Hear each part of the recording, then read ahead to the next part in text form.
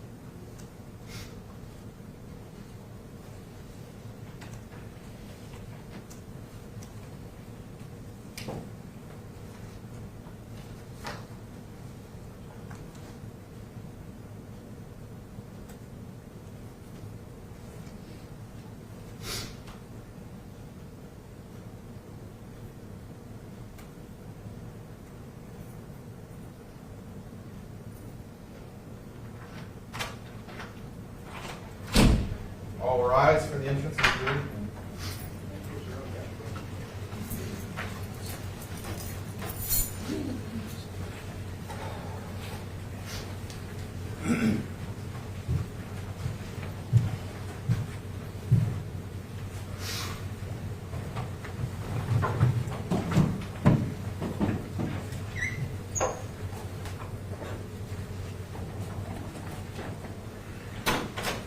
May be seated. Good afternoon, ladies and gentlemen of the jury. Has anyone attempted to approach you or speak with you or have you done anything about this case between the time we separated before our lunch hour and gathered back together just now? Now, members of the jury, victim impact evidence is to be presented. Such evidence is only presented to demonstrate the victim's uniqueness as an individual and the loss to the community by the victim's death. However, victim impact evidence must not be considered by you as an aggravating factor. Mr. Cromwell. I may proceed. Your Honor, for the victim impact statement that we'd like to proceed with this afternoon, we'd like to begin with the friends and family of Marisol Lopez. May I have Kira Lopez, please? Kira, if you please come to the podium.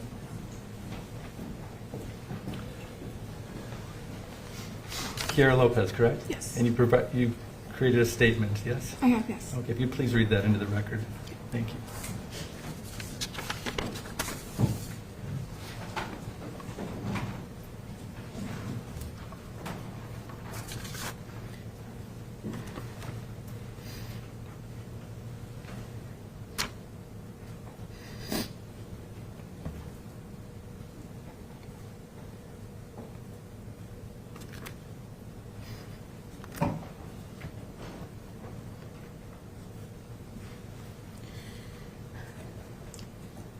My name is Kiara Lopez, and I'm Marisol Lopez's daughter.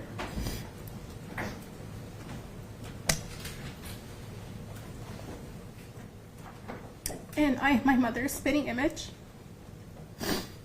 And when people approach me, they tell me that I look exactly like her.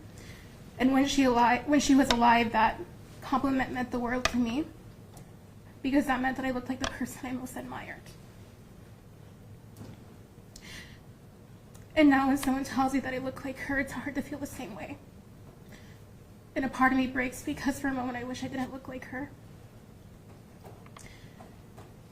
I want to start by saying that my mom and I had a very close and loving relationship. We shared the same interests, and she understood me like no one else. During my childhood, she was a doting mother, always affectionate, always there when I needed her love. And when I grew up, we did what moms and daughters would do, like go on mom and daughter dates, spend lots of time together, but we also confided in each other on topics only women understood. She was a person I could always go to, someone who understood me on a level no one else could. And as the main female figure in my life, she empowered me and reminded me that I was capable of so much. We were very close. When I entered adulthood and went to college, our bond remained the same, despite the distance between us. But I didn't get to see what would happen next in our lives because she was killed before I could finish college. I was actually in my last semester of college, and we were excited to see what lay ahead once I graduated. But she died before she could see me get my diploma. She never got to see me live my life, and she was never given a chance to be part of my future. I lost the one person I trusted entirely, and now I'm very alone. And I feel so isolated. I may have been 21 when she died, but I was still a girl who needed her mom. I was still a girl who needed her to take care of me and walk me through womanhood, its many complexities. And I feel so alienated in this world because I don't have her. I have spent the last 5 years fighting to escape the grief and trauma that comes from losing my mom. And I've learned that it's not a battle you can overcome. It's something that follows you for the rest of your life. And no matter how hard you try, you cannot escape it. I spent the first year of her death with severe depression. And in my final semester of college, I spent most of my time masking it so I could go to class and graduate on time. And I didn't even want to go to class because I no longer had the drive to continue learning. Her death left me with no hope for a better future. And I lost friendships because my grief was too much. And to this day, I can't build lasting relationships because emotionally I can't open up to anyone. I can't trust anyone like I trusted her. And I can never give the emotional support someone needs because I'm always exhausted with myself. And I feel so far from myself. No matter how hard I try to find my way back to myself, I just can't. I'm always jealous when I see mother and daughter spending time together because I wish that were us. And I miss talking to her so much. I miss the connection we had and the love she had for me. And I truly hate that I've been robbed of this bond. And sometimes I have nightmares of the day she was killed. Some are graphic. Another time I'm trying to stop her from going to work that day. And every day I start my day thinking of her and what happened. And because of her death, I hate this world. I hate how it feels impossible for me to love new people, to trust, and to feel comfortable around others. And I hate how I've been left with this never-ending grief that suffocates me every day. It's been 5 years, and I now live in another state, in a city I've always dreamed of. But this grief still follows me. And all that I have left of my mom are her belongings and pictures of her. These were things that held value to her and now hold value to me for a completely different reason. I see her in her jewelry, and in her clothes, and in her unfinished book that still sits on her nightstand. I also see her in myself. Her pictures help me hold on to memories that I know time will blur. And despite having these things that allow me to feel her and think she's still here, it's not enough and it will never be enough.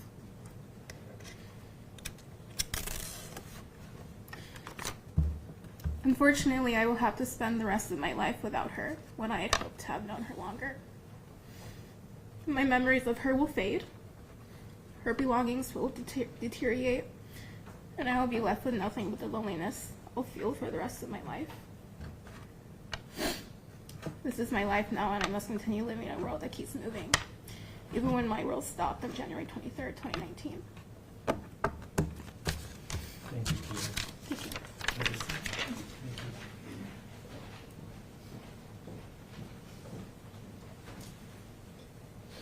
Victor Lopez.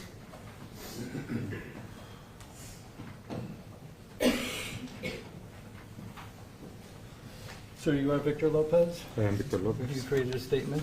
Yes, sir. Would you like to read it? I will read it. Thank you. Okay. I am Victor Lopez. I am Marisol's husband. Writing about Marisol is very difficult, not because I don't have anything to say.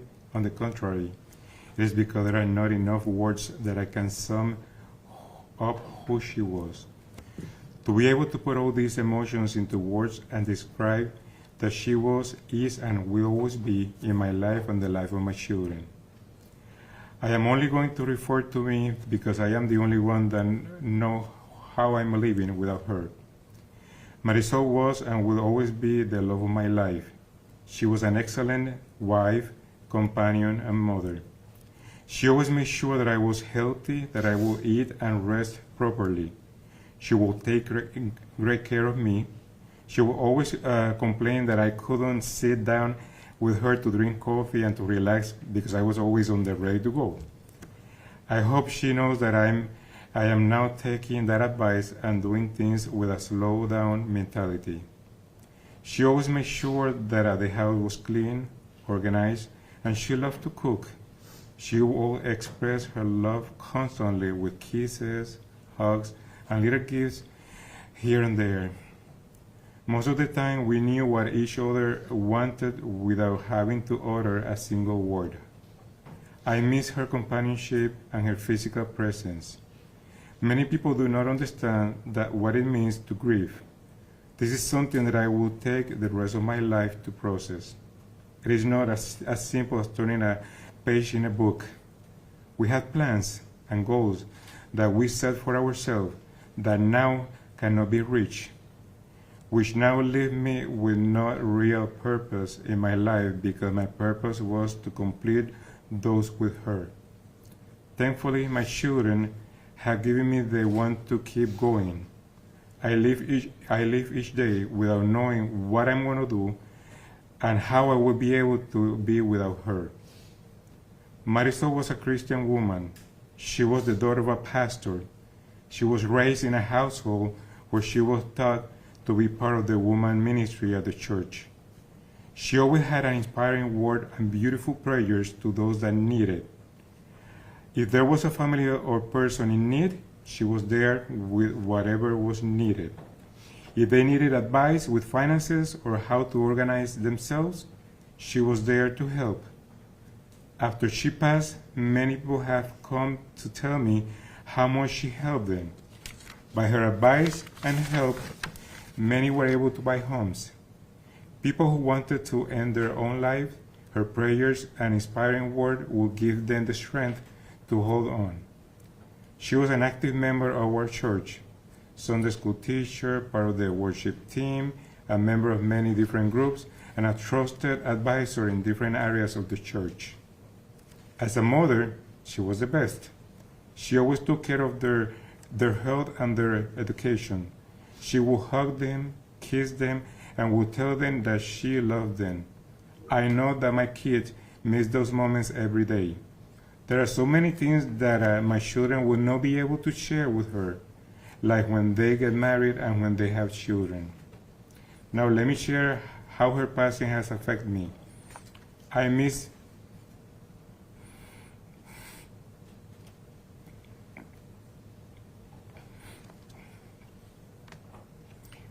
being able to look at her by my side every morning and every night. I miss her voice, her fragrance, and her smile. I miss our conversations, our intimate moments, when sitting down to watch a movie and she falls asleep within the first 2 minutes of the movie. I miss her food, her care, and her little gift that made me feel loved and secure with the woman that God had put in my life for 27 years. I miss our daily routines and all that we have built together. I am afraid of the future now that I do not have my Marisol, the one that I was to grow old with and accomplish all the goals that I was planning with Marisol. The one that I was to, sorry about that. I miss the time that we would laugh of the stories and adventure that we experienced together. Marisol was a wonderful daughter. Even when she moved from Puerto Rico to Florida, we would go once a year to visit her family, or they would come to Florida to visit us. When her parents fell sick, she would go there 3 times a year to take care of them so her brothers could rest. It was unfortunate that she couldn't keep taking care of her mother who suffered from Alzheimer's, but she was there when it was necessary. I hope that my statement has shown who Marisol was from my point of view as her husband. I hope you understand that her passing has left a void in me, that she's the first thing that I think of in the morning, and she's the last thing that I think of at night, and the countless times during the day that I always think about her. It is a daily realization that she's no longer going to be here, and I have to accept that as my reality. I feel lost.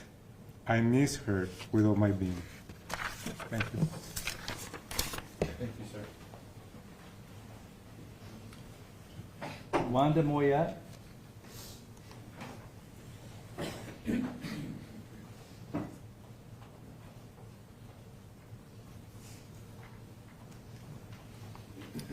You are Wanda Moyat? Yes, I am. There's a statement that you prepared also? Yes, yes. If you'd like to share it, you may go ahead. Yes. Thank you. Thank you so much.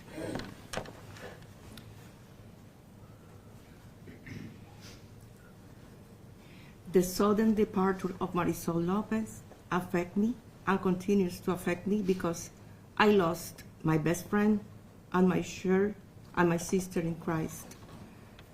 I lost my spiritual mentor and leader of our church as a Bible school teacher, classes that she administered with admirable wisdom in the interpretation of the word and with great passion for teaching the faith. It hurts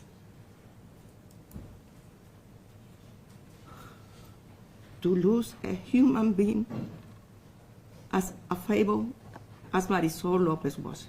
She was an upright person, and for this reason, the treatment that she gave to everyone around her, including me, was with utmost respect, affection, and total dignity.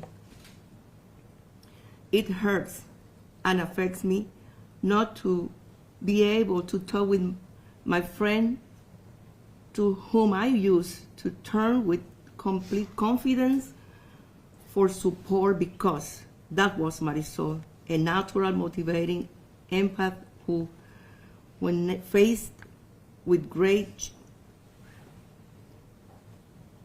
challenges, used to tell me, "You can do it."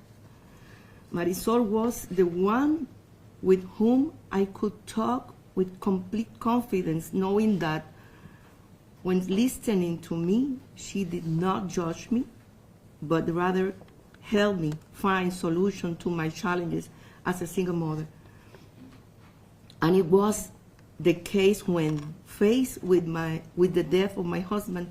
Marisol helped me to move forward with my financial state. I was devastated for several months, trying to budget myself monthly. I could not. Until I went to her, and the Marisol calmed me, very calmly, and with word of encouragement told me, "Don't worry, Wanda, you can do it. I will help you." And she was like that. With her persevering help and guts, I managed to get back on my feet. That's why her departure hurt me and continued to affect me, because that's how Marisol was, supportive of me and everyone. Marisol was an exceptional human being. I dearly miss my friend and partner in the church choir because Marisol and I took advantage of the time during our turn to sing to talk about our children. It was nice to hear her talk about her children's achievements. Her tone of voice changed, her eyes shining, and she smiling a lot, talking about her children. Her joy at their happiness was contagious.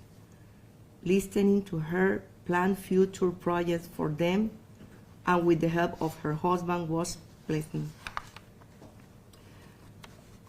And for me in the church, like everyone there, it hurts and emptiness hurt us.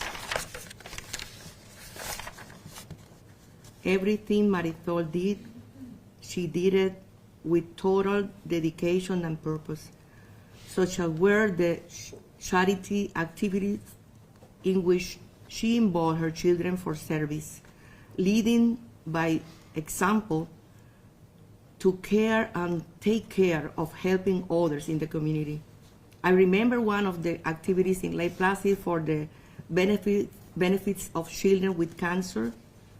There and in the front row was Marisol with her children and husband. I never forget that for Thanksgiving Day, every year they choose different friends from church, neighbors, or co-workers whom they invited to honor them and serve them in the table. Marisol, her husband and her children were the last to sit down because for her the true meaning of Thanksgiving was that give thanks for friendships and for the provision by serving. Marisol was a being incredible light. She had what many usually refer to having an angel. Her death hurts me and continues to hurt because her death is a painful wound that never heals. It is a traumatic pain that repeats and repeats over and over again. Marisol had every right and deserved her full, happy, calm, and loving life, just as she had it. Her death impacted my life with deep sadness and pain and continues. We also have impact statements from friends of Marisol, which the state will read into the record. The first one is from Emily Bellamy. I met Marisol 30 years ago. Immediately our spirits connected. Before Marisol began her career at SunTrust Bank, now known as Truist Bank, I was the one who had the pleasure of being her CSR trainer, instructor at Huntington Bank. When I say it was a pleasure, it was just that. Every morning Marisol would enter the building greeting us with a pleasantly warm smile. She was a perfectionist. She and I were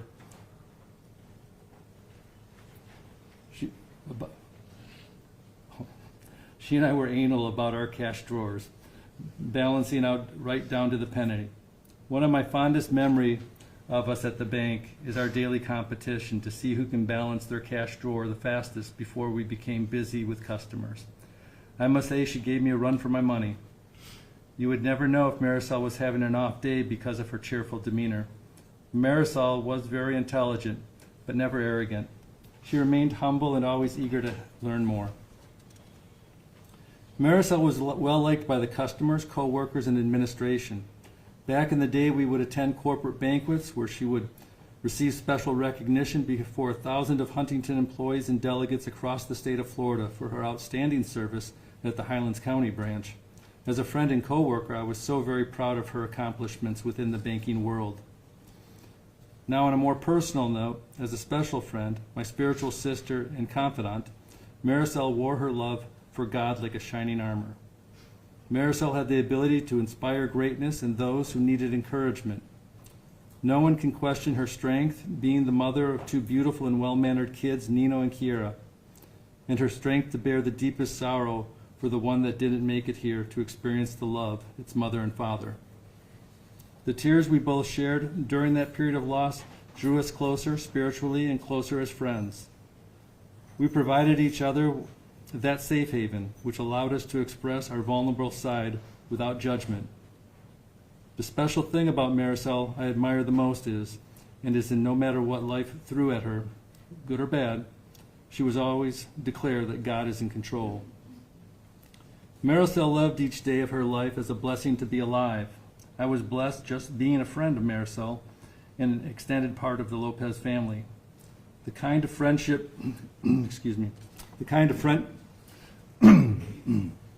of friendship we shared was a blend of warm compassion, trust, silly laughter, in-depth conversations, and a love that was true. It broke my heart to lose Marisol. Part of me went with her that day. Marisol went to her heavenly resting place. I'm sure she is up there tending to God's flower garden. In my closing testimony, I would like to recap by mentioning how the letters of Marisol's name captures the type of person she was to me. And then she lists out on the left-hand column Marisol, and with each letter, M, modest, A, approachable, R, ravishing, I, inspirational, S, shining light, O, overcomer, L, lovable. Emily Bellamy.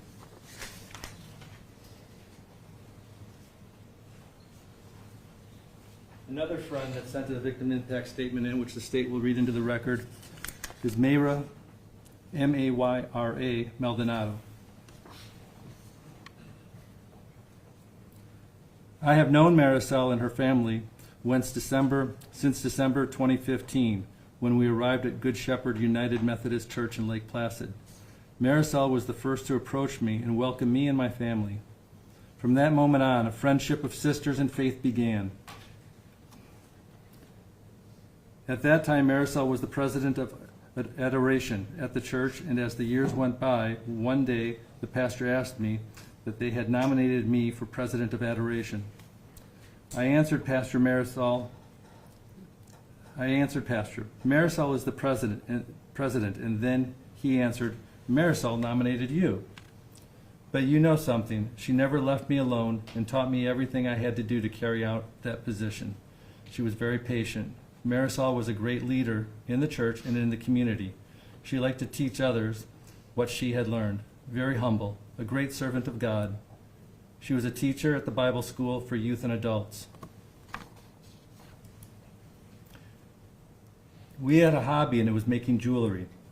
I taught her the basics, and like a good student, she continued learning.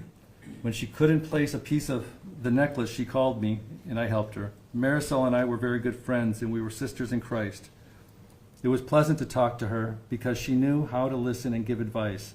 I miss her a lot. Above all, she loved God, and she reflected that love to other people. She was always happy. She loved her husband and children very much and was very proud of each one.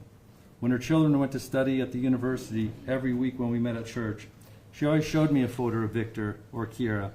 The last photo she showed me was the one Victor sent her when it snowed where he lived. It makes me sad that she couldn't be present at Kiera's bachelor's graduation or her master's degree. When we talked on the phone or on a messenger, she always told me, "How are you, sweetheart? God bless you." When I needed her help leading a church service, she never said no to me. Marisol was a great servant of God. She was a leader both in the church and in the community. There are many moments lived during this time. Losing her destroyed my heart, and it breaks my heart. I don't have my friend anymore. We weren't together all the time, but we always talked to each other by message or by call, or also when we saw each other over at church. I can't say that anymore because she's no longer with us. Marisol, I miss her a lot. I miss her at rehearsals because she's no longer there to sit next to me. I no longer have the conversations about our children. I will not receive any more messages.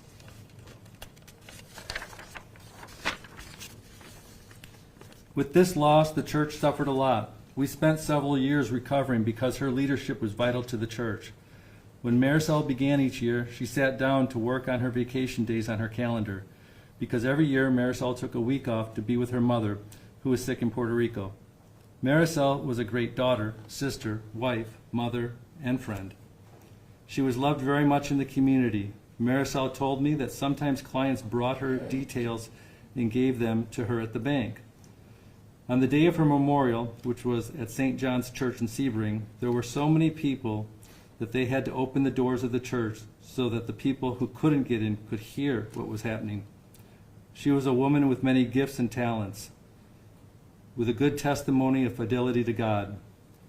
When we were rehearsing in the Nueva Unicorn group, she always told us that we must be faithful to God and have a genuine commitment. That was Marisol, Myra Maldonado.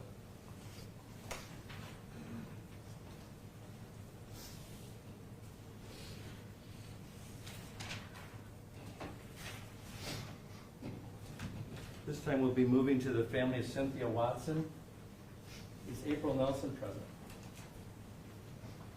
Let's see her back.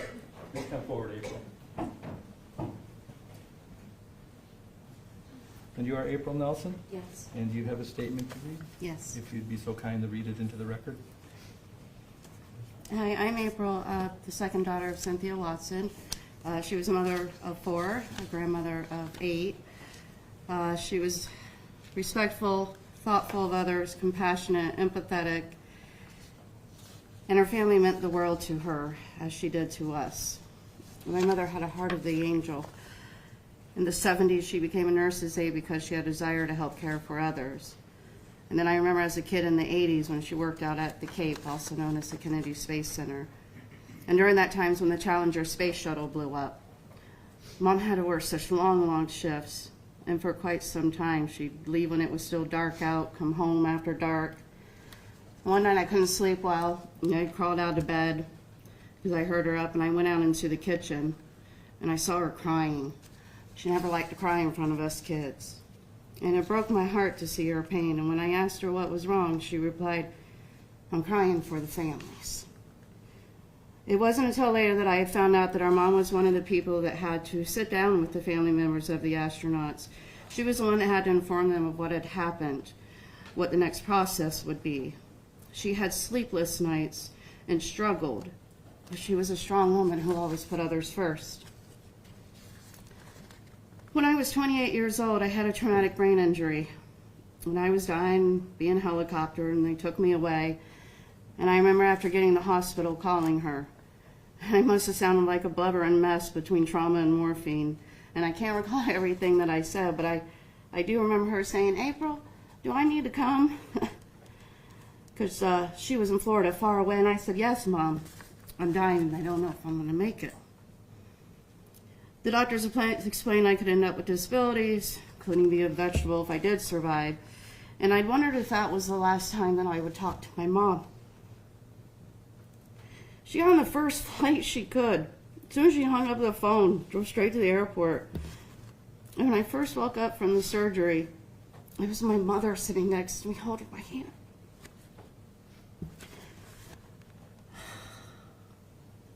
I had always said to myself that I would repay her for that. That when she got older and her time was near, I would be sitting next to her bedside,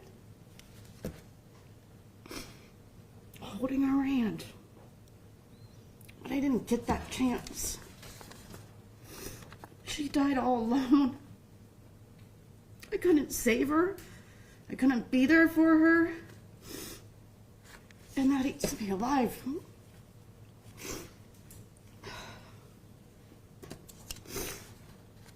Later in life, Mom became a paramedic. Again, having the heart and patience to help others. My mom loved like someone I've never seen love before. She worried about everyone, but not enough about herself, because she was selfless. And I wish more people could be like her. Our mother's parents both died from cancer, both at home on hospice. She was there for them, cared for them, First it was Poppy, Mom's was the daddy's girl. And it must have been so hard on her, but never did she complain.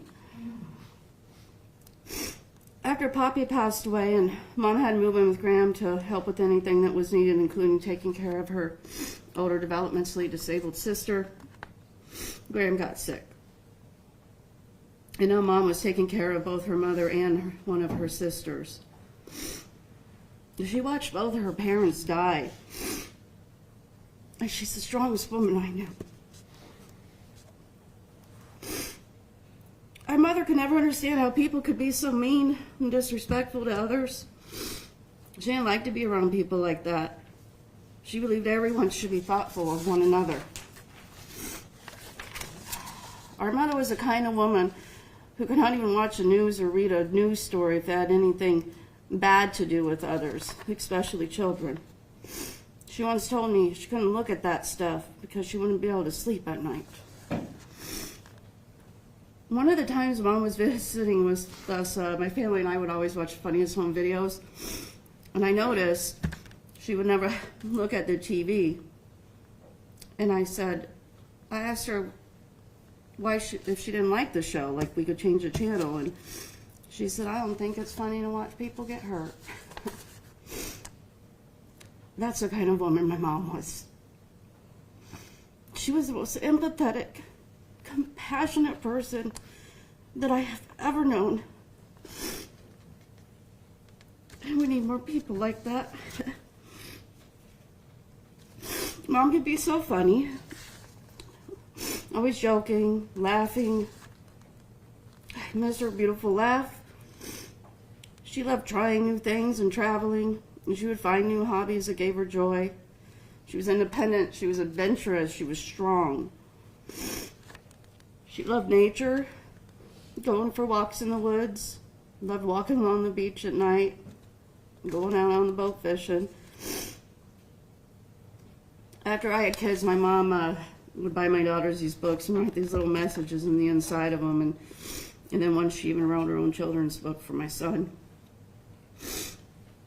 When one of my daughters became interested in cooking and baking, she made her recipe book with just family recipes and pictures of all her different family members. My girls and I still have the bracelets that she made for us with her little added touch of the charms and made with love. One of the last things that Mom had done was make these individual picture books for my siblings and I, and they were all different, each unique, from the time we were born on all through growing up. She would write these little quirky things, making jokes. And I'm bringing this up so that you can see how much love she had for her family. I admired her and wished I had told her that.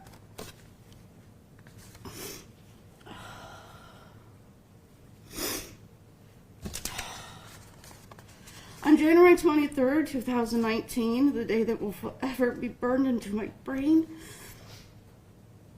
the day that changed me forever and took my breath away. I didn't know a person could feel such horrendous pain. Yeah, you cry. I've been crying for 5 years. But it's true that you scream and you howl from the bottom of your soul to your core. I had to sit my children down and tell them that grandmother was dead.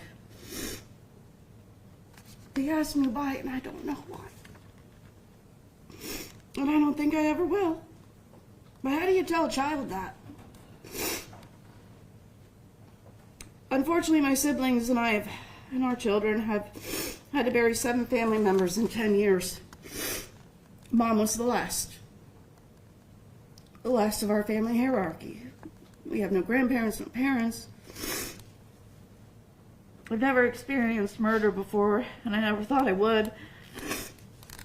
But it makes the other 6 funerals before Mom seem like a walk in the park, even though it wasn't. I'm devastated. I've completely fell apart. I remember in the beginning waking up in the morning and thinking I had a nightmare and then realizing this was my life. Morning after morning, I just wanted to stay in bed and keep my eyes closed as if that would make it go away. I didn't want to see anybody, talk to anybody. I mean, I didn't think I could make it without my mom. Mom was the one I would go to when I needed to talk. She's helped me through some tough times. She was my friend. She was the one I would call when my kids were going through their phases and driving me nuts. And she'd give me that motherly advice, or she'd laugh and say it reminded her of a little girl. I cherished my mother's advice, her support, her love, her laughter. And she helped me with the loss of the other family members. But on January 23rd, 2019, when I needed my mother the most, it was her. It was her that wasn't here. I still need my mom.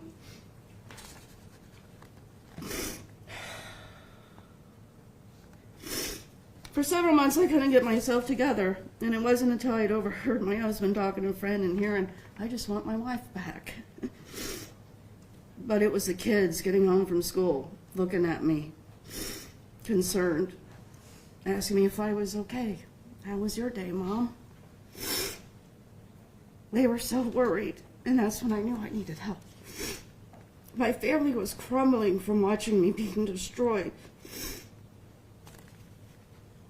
After taking a couple months off work and more, because the doctors didn't think I was ready to go back yet, I had to start going to therapy 3 times a week. I had post-traumatic stress disorder. I didn't want to leave my house because it was the only place left that I felt safe. I was scared to let my kids go to school. I scanned every parking lot. I'm more observant than I've ever been. It took me over 6 months to even go to a bank. And today I only use the drive-thru. First I went to the grocery store, had an anxiety attack right in the middle of the aisle because of fear of people. Shortly after I had returned to work, I found out I had a stalker. Apparently he had been calling my office, asking when I'd be returning to work, and this had been going on for a couple months, but I did not know. It wasn't until he said he was getting on a train to come and see me that they finally told me. I had to file a police report in 2 states. And when this police went and knocked on his door, he had cut out all these newspaper clippings of the murders. So again, I had to sit my children down. Show them a picture of a guy that might hurt us. Had to go to the schools and inform them, the coaches. And now watch my children and husband just as paranoid as me. Watching their surroundings, looking for a car coming up the driveway. Watching as they were practicing after school for sports. Worrying about if something was going to happen to Mom. And the stalking knocked me right back down. Again, I'm taking more time off work, and I couldn't understand how someone could do this to a person that has been through hell. But again, I had to return to work. In the first 6 months of being there, I had a shelter on my desk, because guns were being shot close to our office. So once more, I fall. It all comes rushing back to me. Full-blown panic attack, shaking, crying, head can't think. When I got the clear, I grabbed my purse and didn't say a word, and I walked out and went home to what I once thought was my safe place. I still struggle today, and I now know I may always. Anxiety, depression, and that's who I am today. I used to be someone who was a go-getter, full of energy, never sit still, overachiever, workaholic, multitasker, organized. I used to be full of life, happy. People would tell me I had a beautiful smile, and when I lost Mom, it was over a year before I even smiled once. When you use your loved one to murder, you also lose yourself. It's not just the dead whose lives were taken that day. It is everyone who knew and loved them. It is dozens and dozens of lives that were lost on January 23rd, 2019. I have been living that day for over 5 years. Just writing this was traumatizing. It's true, birthdays and holidays are the worst. My mom didn't get to see my children graduate. My oldest was salutatorian and accepted to a prestigious private college, full scholarship. She's graduated, law school, another full ride. More things Mom missed. My second child has graduated and started college working on a doctorate. They'll be our first lawyer and doctor in all of our family. My mom missed my youngest, my son, winning so many fishing derbies with all his trophies up on the shelf. And he just got his biggest buck, a 10-pointer. She would have been so proud of them, but never got to see who they became. One of the worst parts is missing her so much.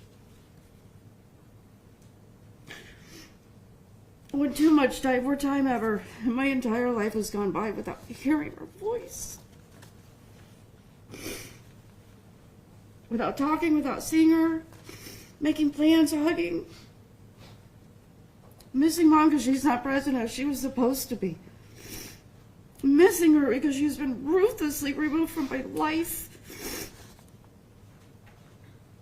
I have been sentenced to life of grief and emptiness.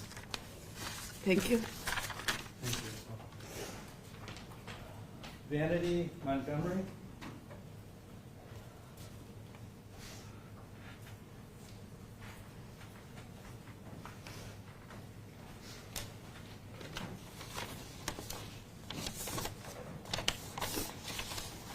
You are Vanity Montgomery? Yes. Your first name spelled a little bit different. Could you spell it for us? Vanidie. I appreciate that. You did a statement also? I did. If you'd like to read it, you may. Thank you. Your Honor, I stand here today with a heart that feels heavy as the void my grandmother's absence has left in my life. I struggle to find the right words to convey the deep depth of pain and sorrow I've been carrying since she was taken from us. My grandmother was supposed to be there on my wedding day, a day filled with love and joy and warmth of family. But as I looked around the table, her absence was a visible ache and a reminder of the moment stolen from us. She missed so much of my journey, like the day I proudly earned my bachelor's degree. The celebration was bittersweet, knowing she was there to knowing that she wasn't there to share in the culmination of years of hard work and dedication. I imagine the pride that she would have felt. That's a wound that has never seemed to heal. Then came the birth of my daughter, her first great-grandchild. I had envisioned the joy in her eyes, especially since I was her first grandchild. But instead, I wasn't able to include her in the family announcement. Her absence cast a shadow over what should have been a moment of pure happiness. For the past 5 years, I've been haunted by the memory of her tragic passing. Her absence lingers unexpectedly, servicing when I'm driving or just trying to enjoy life's fleeting joys. What pierces my soul even more is the realization of our shared qualities and interests. Her self-sufficientness and determination to face challenges head-on inspire me daily. Whether it was her beautiful crafted jewelry or her knack for fixing things, she was a true master of many trades. Her boundless love for animals extended beyond mere pets, led me on my own journey to keep chickens. I desperately wish that I could have shared that with her, seeking her invaluable advice. At 20, my grandmother gifted me a book about her life. Back then, I couldn't fully grasp the treasure that she had given me. Over 10 years now, I realize it's the only place where I can still hear her voice. The depth of that gift, the way it preserves her essence, is a lifeline that I'm going to cling to. I have a photograph of her on my refrigerator, an image of capturing her radiant smile while cradling a goat. It has served as a daily reminder of the loving, nurturing, and self-sufficient woman she was, and the cruel reality of what has been taken from us. hoping you can understand the profound impact of this senseless tragedy on our family. My grandmother was a remarkable woman. Her life embodied strength, love, and self-sufficiency, and I am determined to carry those values forward in her honor. Thank you for allowing me to share these thoughts. Thank you, Vanity.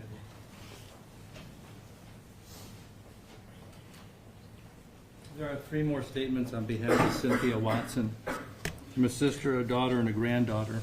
The state will read them into the record. The first one will be Faye Voss.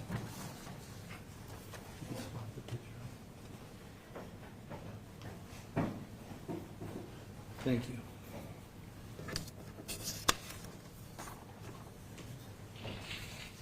Who is Cynthia Lee Castle Watson? She was the youngest of the Castle children, born May 1953 in Ohio.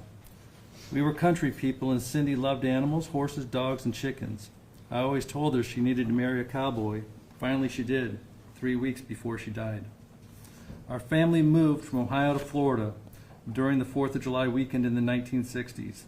She finished growing up and attending school in Central Florida. She married and had 4 children, 2 girls and twin boys, whom have grown themselves and blessed her with grandchildren. Cindy made beautiful jewelry. The 2 of us would go together searching for treasures of at junk stores, thrift stores, garage sales. The joy was the search. Since she was the youngest, I was depending on her to help me for our developmentally disabled sister Joyce, who was born between us. 3 girls alone now. I thought as the last of our parents passed away, Joyce will soon be 75 years old, but has the mental ability of a 2 or 3-year-old. When we were told Cindy had been killed, Joyce went into her room and curled up in a fetal position and cried, like I'd never heard her cry before. I laid beside her and tried to comfort her, but she pushed me away. That was Joyce. Later she told me, my sister was killed, and I don't like that. Then she cried some more. Even today, years since her death, Joyce still cries. Alone, I was surprised to feel this emotion. I have a wonderful husband with children, grandchildren, and great-grandchildren. So why do I feel such a heavy aloneness? I guess it's the full weight of responsibilities for Joyce, such a senseless waste of 5 women's lives, such huge holes left in too many lives.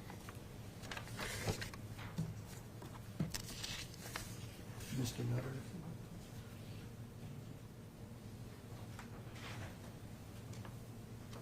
Next is from a daughter, Denny Keys.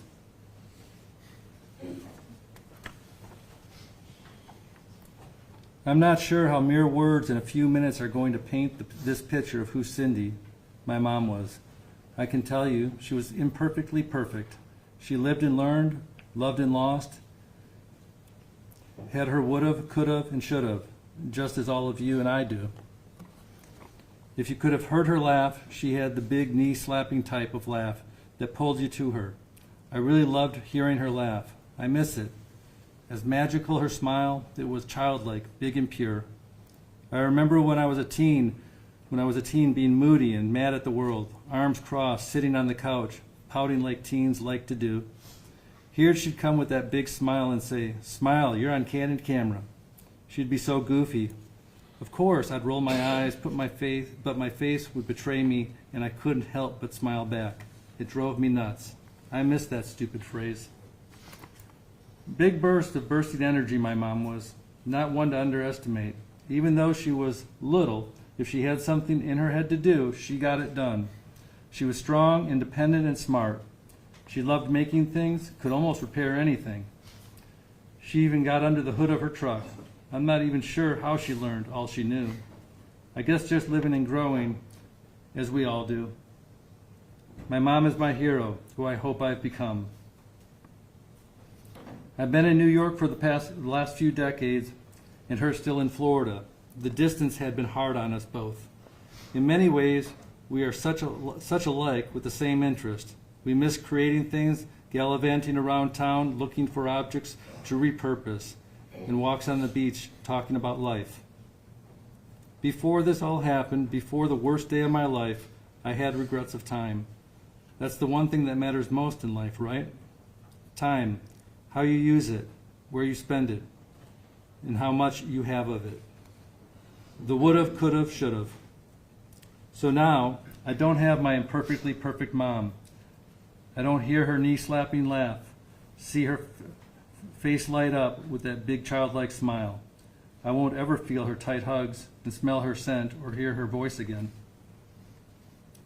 There will be no more memories made. She's missed grandchildren getting married, great-grandchildren being born. She can't see everything she has created grow into different phases of life. Time. It's the thing that matters most in life, right? My mom's time was taken. My family and I are left without her. Life isn't the same. My brothers and sisters aren't the same. My kids, my family aren't the same. I not only lost my mom, I lost my family as I knew them. I lost my security. My mom's death has shattered me. My family, I've crumbled. I've watched my siblings crumble. I hate that part of my life, is waking up and shaking in the middle of the night, falling apart in the store without warning, hearing a song that floods me with memories, and tears as I drive to work in the morning. I live on the edge now. No sense of safety or home. I've lost some of me. I've lost some of my sanity. I'm not sure if these words and few minutes made any difference, but the big picture, the reality is that my mom is no longer with me. Eldest daughter of Cindy, Dina Keys. And a family photograph, please. On behalf of Cynthia Watson, the final statement is from Allison Westover, her granddaughter. I didn't grow up with my grandma living next door, or up the street, or even an hour away. I grew up with my grandma living in another state, and somehow, despite the distance, she was my best friend. My name is Allison, and I'm April's granddaughter. And I'm April's daughter, Cindy's granddaughter. My grandma and I talked on the phone and sent silly emails back and forth all the time. She would tell me about the crazy auctions she had gone to and how her lawnmower stopped working and the grass was growing too fast. I would tell her about school and sports and whatever trouble I had gotten myself into. My grandma would work on that lawnmower and start a new project with her auction finds, and I thought how strong she must be to be my grandma. And this able badass of a woman, all at the same time. She would always accept my feelings and emotions as a young girl with respect and openness. Whenever I did get to see my grandma about once a year, we would plan extravagant activities filled with baking and crafts for days leading up to her arrival. This was our kind of thing. She was the most supportive person I've had the privilege of knowing. No matter the crazy idea I had, she was always ready to take it on full speed. She wouldn't take apart my room and put everything back together in a new way. We would take apart my room and put it back together in a new way. I loved doing that. My mom, not so much. But when Grandma was around, she was my accomplice. We would plan all the cookies we were going to bake, and I would make the ingredients list. I would tell her my sports schedule so she could watch a game or two. Every year for Christmas and my birthday, she would send a package with all the presents perfectly wrapped and labeled and stacked. A cookbook, some jewelry, and craft supplies were the typical gifts she would give me. She would hand me the jewelry and write a message to me inside the cookbooks. I thought her jewelry was so beautiful, she made mostly bracelets. Grandma showed me one time when we went down to visit how she busted rocks open and turned twine around them. She had collected rocks in New York and shipped them back to Florida after showing me how to eye the perfect rock. So now I could identify a stone covered in sandy ash and how to top open them and reveal their beauty. She had a whole room dedicated to her crafts. I wanted a room just like that. She was so confident in her pieces, so I thought. Then one day, in an email, she told me she was scared that people wouldn't like her pieces, and I thought that was the silliest statement ever. Now as an adult, I realized not only was she this super grandma, but she was also human, with fears, regrets, ambitions, and goals. And even though she was scared, she persevered. She always found a way. And those cookbooks, well, I have every single one she's ever given me, with all her words intact. Every time I bake or look up a recipe, I know she is there with me. In the recipe I read, the food I've baked in the memory of all that we did together. I can read her message, which was always before the title page as soon as I opened the book. My fondest memory of us baking was when she came to New York for Christmas. We had emailed and talked on the phone prior to her coming. We made a plan to go sledding, and I asked her if she ate yogurt. My whole family strongly disliked yogurt, and I really wanted to craft with the empty containers. She told me the exact kind that she would eat, strawberry with the red label in a white container. We talked about what we would bake, and Grandma said we should make those snowball cookies, if I hadn't already, and of course I hadn't. To me, that was her recipe, maybe one of her favorites, and I was just lucky enough to work with her. So after much anticipation, she had finally arrived, and we were free to cover the kitchen in flour. And we did, making snowball cookies, sugar cookies, monkey bread, and so many more. We spent hours in the kitchen that Christmas, so much so that she would shout, "Someone go to the bathroom for me," because she was elbow deep in dough. She was the most thoughtful person ever in the last Christmas we had with her. She had made me my own recipe book with all our favorite recipes inside the room for more. She wrote little comments and stories along the way that I can forever hold on to. I felt honored to have my own handmade book, knowing she spent the time and effort to create it, knowing I mattered that much to her. You girls are getting so big, and before I know it, you'll be graduating from high school. My grandma said in an email in 2014. I was 12 and my sister was almost 14. In 4 short years, she would graduate high school. 2 years later, I would too, without her there. My sister and I would go off to college without her there. My sister would graduate college and move on to law school, and we'd now moved into our own apartments. I will move on to the graduating college and taking on so many more adventures that her life will bring without her there. She was always so proud of her family, and I know she would be proud of us if I could give her a call and fill her in on all the opportunities and events that have happened in the past few years. The things she has missed. When I learned the news of what had happened, it didn't feel real. Never could I imagine her leaving the world like this. It wasn't until my sister and I stood in the kitchen calling airlines and being denied tickets to the full planes that it became so real. We were still in high school, explaining over the phone the urgent need to get to Florida, while my mother screamed and sobbed over in the other room. I lost not only my grandma that day, but also part of my mom. My grandma was always there for me to support and encourage me, and I miss her, the rock that she was. When I lost my grandma, I lost a person of support, a best friend, and a loving, caring human being who had so much to offer this world.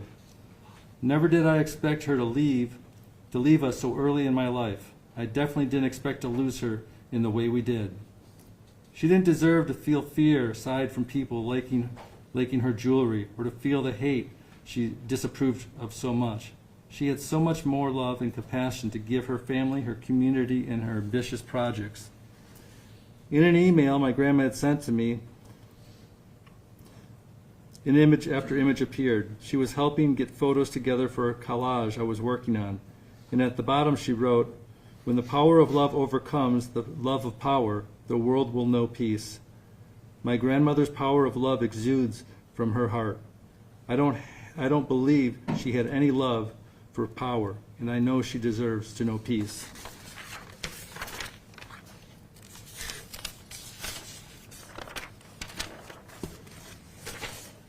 We also have friends and family for Jessica Montague. Tina Warner. Tina's going to approach the podium with a friend.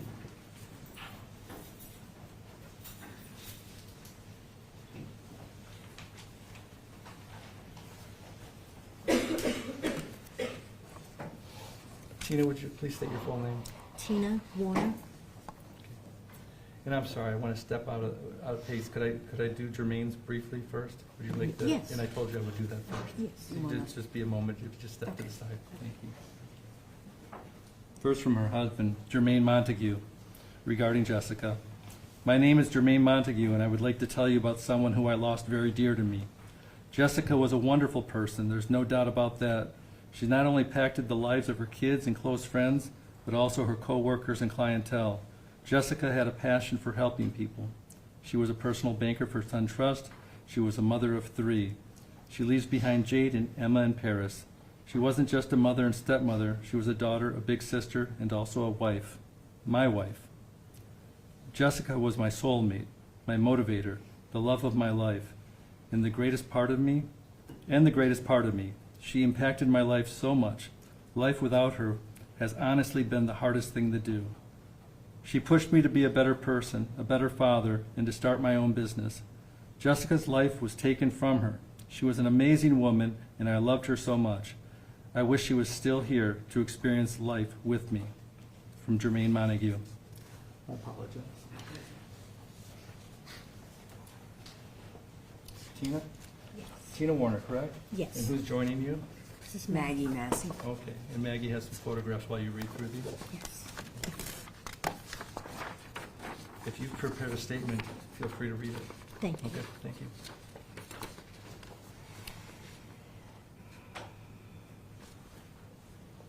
Jessica was a loving, caring, and kind person. She was and still is my best friend. She was my firstborn, and we had a bond that could not be broken.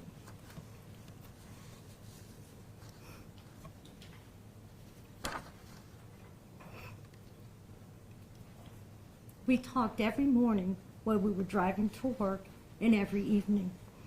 I still to this day wait for her call to come in, but I can't hear her voice anymore. We celebrated all holidays and vacation at the beach every year. There is not one aspect in my life that has not been affected by losing my daughter. She has 3 beautiful children that she lived for and adored. Jaden, Emma, and Paris are their names. She dedicated her life to her children, and now I do my best to keep her memory alive for me and her babies. They have to live their life without their mom, and that's not okay. All their future stepping stones, the graduations, birthdays, sport events, marriage, their first child, all without their mom. My heart aches every time.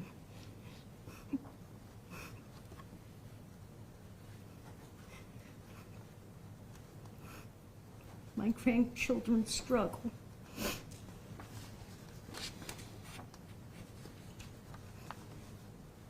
I try so hard to keep a smile on my face for them and to be there for their stepping stones.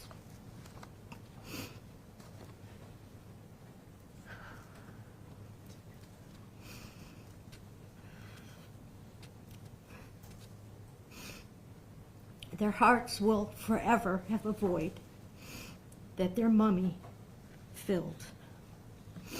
My whole world has turned upside down, and every day it is a challenge to get up and continue. I never knew what a true heartbreak was until Jessie was taken from us. She always lit up a room with her beautiful smile and outstanding personality. Jessica loved life and lived it to the fullest each day. Jessica and I always worked together on crafts, home repairs, paintings. For her baby's birthdays, we made them extra special for them, each one of them, by creating their own personal handmade decorations and cakes. The last home repair Jessie and I did was at her home, house, climbing into her attic with a large shop vac to clean out the drain pan and lines, and this is one of the little examples of the things we've always did together. Now I have lost Now I had lost that. Nothing is the same anymore. I look, she is there because we did everything together. She was an amazing mommy and daughter, and now all I have are memories of her. And I thank God each day for her children, Jaden, Emma, and Paris. I will continue to keep her memory alive as long as I am breathing. Jessica was a loving, caring sister and was just starting to teach her younger brother, Michael, how to drive. But now Michael has no interest in driving because that was the last thing he did with Jessie.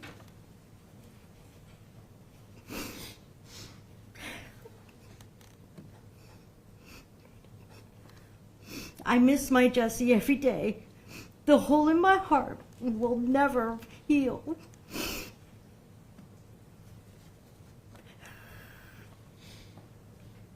My love for my daughter can never be replaced by anyone or anything.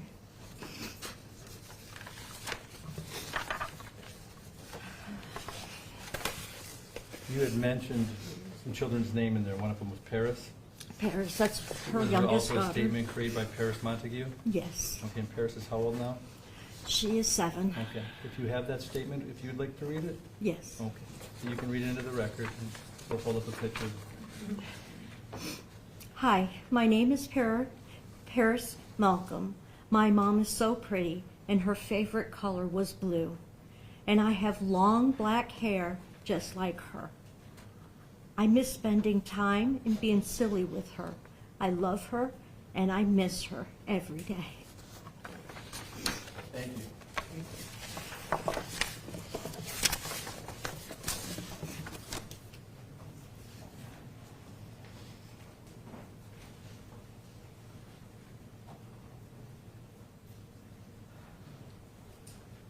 Your Honor, that concludes the victim impact statements. If we could have a recess, please. Thank you. Let's take an afternoon break. You'll excuse yourselves to the jury room. Thank you. All rise for the exit of the jurors. So that's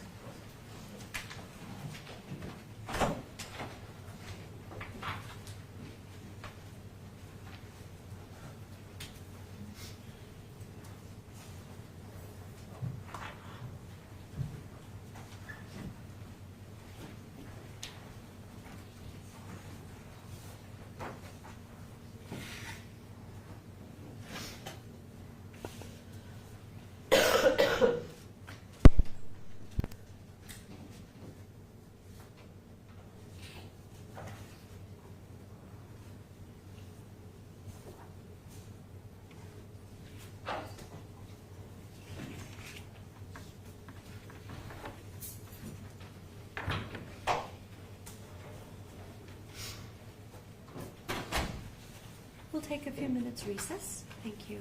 Thank you. Thank you.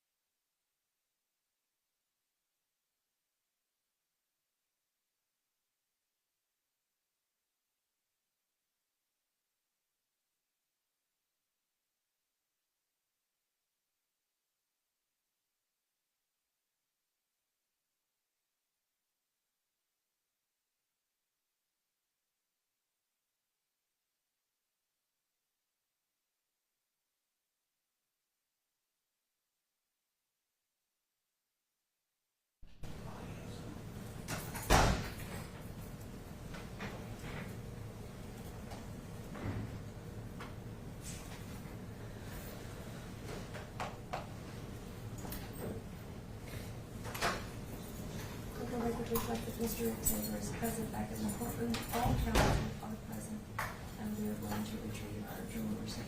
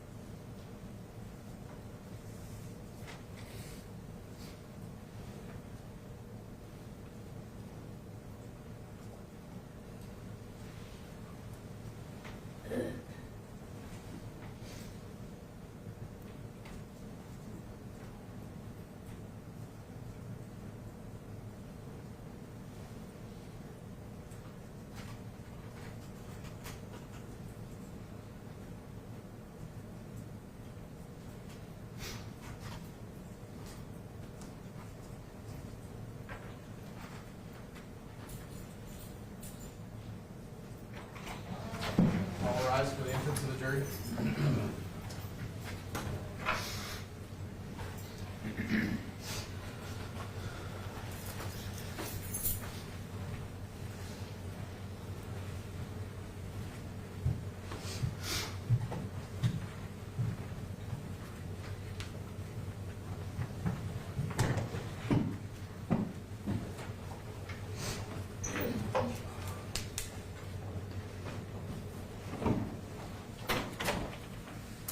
May be seated.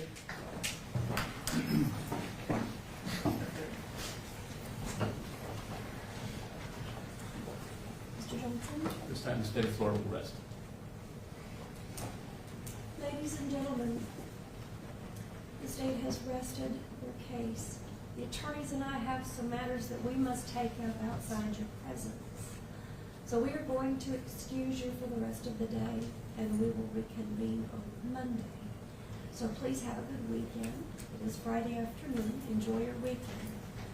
I can't reiterate enough, as always, do not read the newspaper, watch the TV news, or listen to the radio. Don't let anyone talk to you, and please don't share any of your thoughts or ideas about this case.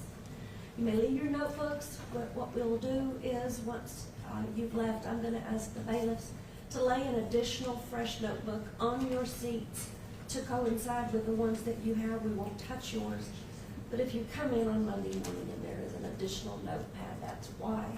I don't know if you need it or you don't. I would prefer just for everyone to have one if that's what you would like to have. So it will be there, but just I didn't want you to be surprised. Have a very good weekend. Thank you very much. I'll see you Monday morning. All rise for the exit of the jurors.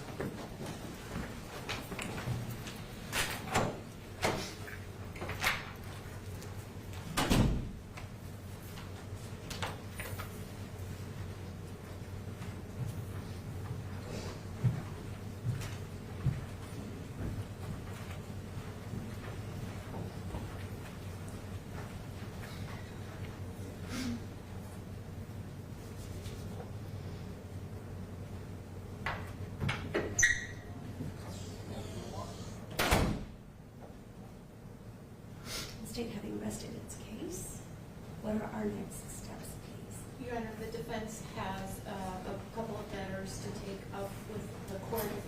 We could do so in sidebar. We'll go back, but we'll take a brief recess while we do that so that Madam Reporter may reconvene her real-time matters. So we'll just repair back there as we need to. So we'll be in recess. Does Mr. Xavier need to remain in the courtroom during